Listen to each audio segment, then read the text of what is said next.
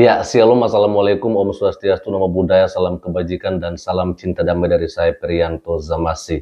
Nah, Bapak Ibu, saudara-saudari dimanapun berada pada kesempatan pagi menjelang siang hari ini, berikut ini saya ingin membagikan kepada kita semua bagaimana sebuah respon dari Ibu Noverina Solihin yang adalah merupakan seorang murtadin atau mantan muslim dari Sumatera Barat, Minangkabau.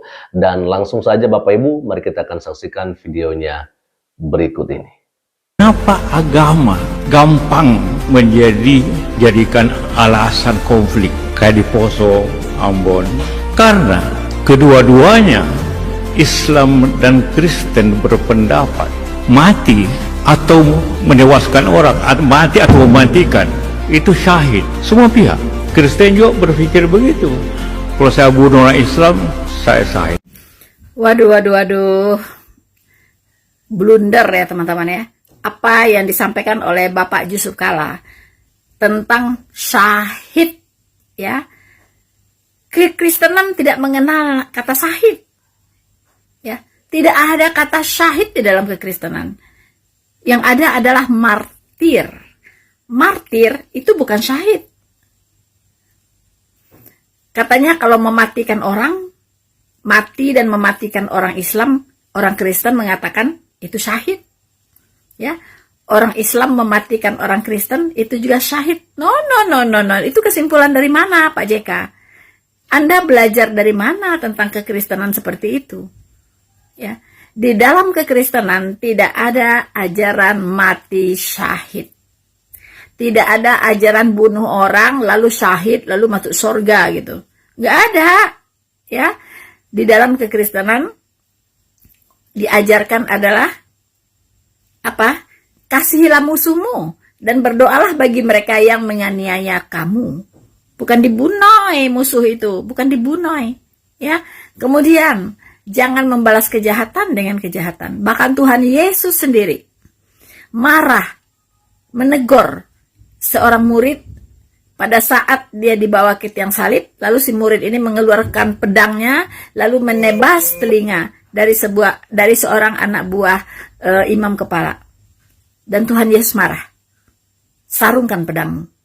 Siapa yang menggunakan pedang akan mati oleh pedang.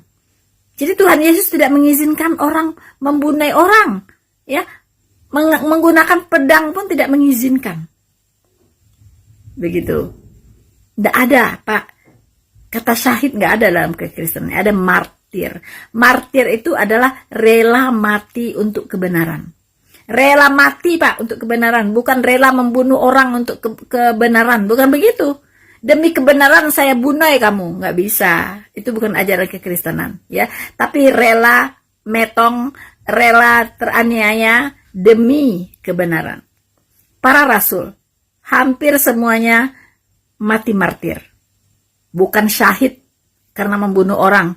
Lalu syahid, lalu masuk surga. Tidak. Tapi martir. Mereka mati dibunuh. Ya. Rasul Paulus dipenggoy kepalanya. Petrus disalib terbalik. Dan hampir semua. Ya, ada lagi yang dimasukkan ke dalam kayu lalu digergaji juga ada. Ya. Semua rasul metong teraniaya demi kebenaran, bukan syahid. Mari teman-teman, kita lanjutkan dan kita lihat pemaparan berikut ini. Semoga Pak JK meralat perkataannya. Ya, karena blunder. Selamat menyaksikan.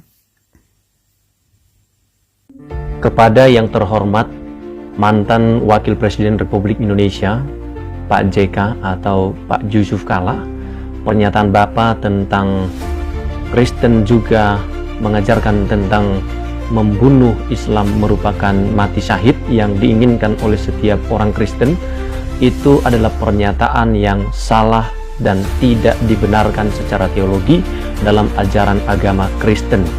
Kenapa agama gampang jadikan alasan konflik kayak di Poso, Ambon? Karena kedua-duanya Islam dan Kristen berpendapat mati atau menewaskan orang, mati atau mematikan, itu syahid. Semua pihak. Kristen juga berpikir begitu.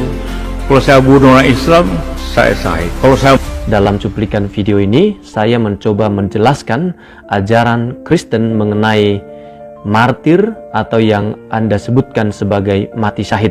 Tentu konsepnya dengan agama lain sangat berbeda. Yesus mengajarkan mengasihi semua manusia, bahkan musuh sekalipun.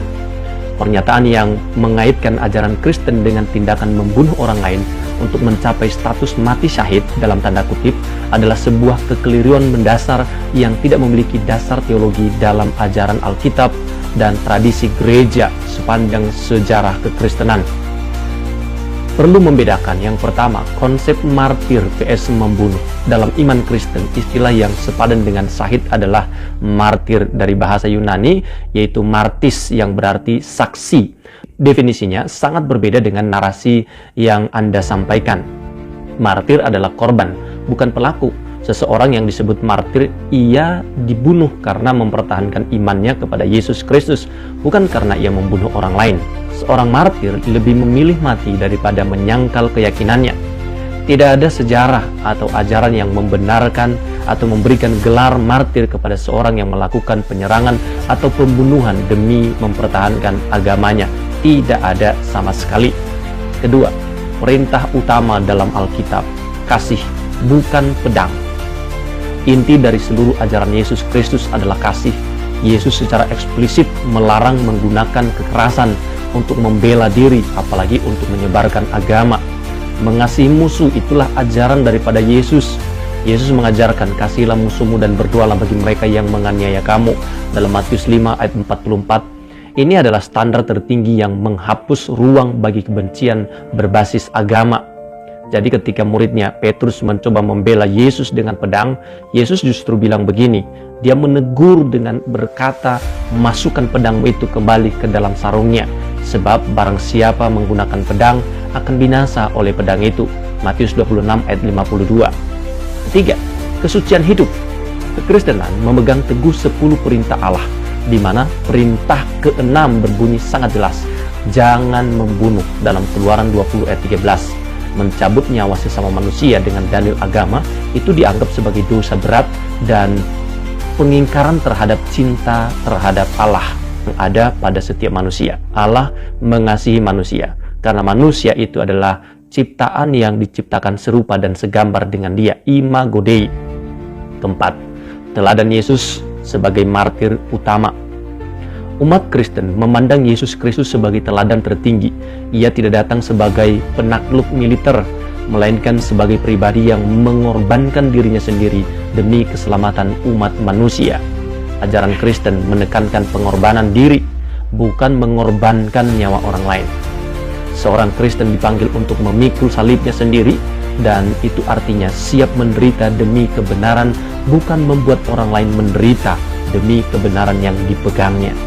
Jadi, narasi yang membunuh penganut agama lain dapat menyebabkan seseorang mati syahid dalam ajaran Kristen adalah disinformasi. Jadi, itu adalah hoax. Kekristenan justru mengajarkan bahwa kemuliaan Tuhan dinyatakan melalui kedamaian, pengampunan, dan kasih tanpa syarat bahkan kepada mereka yang berbeda keyakinan daripada kita.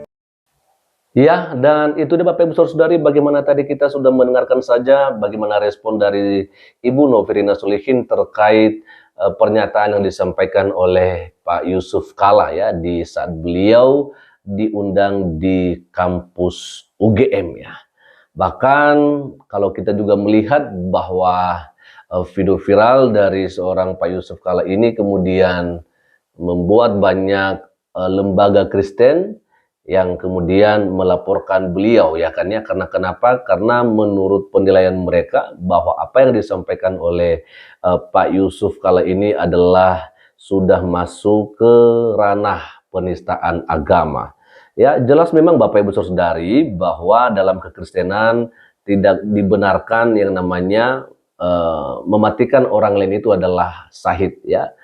Karena dalam kekristenan itu justru kita diajarkan tentang bagaimana kita mengasihi Tuhan dan mengasihi sesama, ya kan ya. Bahkan yang luar biasa itu Yesus menyampaikan kepada para muridnya dan kepada semua pengikutnya, Bapak Ibu Saudari, yaitu bahwa kasihilah musuhmu ya, dan berdoalah bagi mereka yang menganiaya kamu.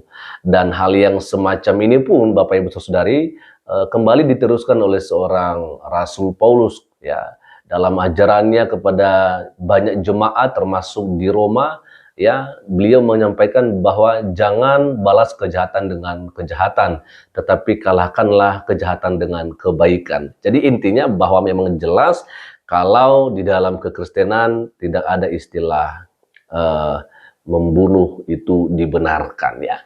Bapak Ibu Saudari, saya nggak tahu jelas bagaimana soal Ambon dan Poso, tetapi yang jelas bahwa kalaupun ada orang Kristen atau agama dari manapun juga yang kemudian ya kan melakukan tindakan mematikan orang, saya pikir itu bukan karena dasar ajaran agama.